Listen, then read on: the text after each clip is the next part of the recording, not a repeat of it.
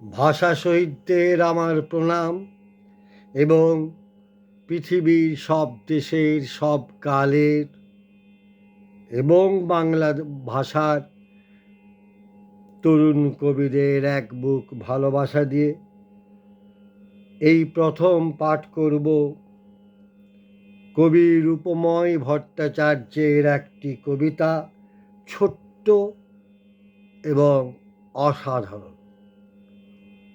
পড়ছি রূপময় ভট্টাচার্যের কবিতা সোয়েটার।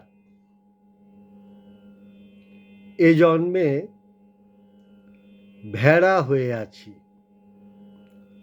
পরজন্মে উল হব বলে।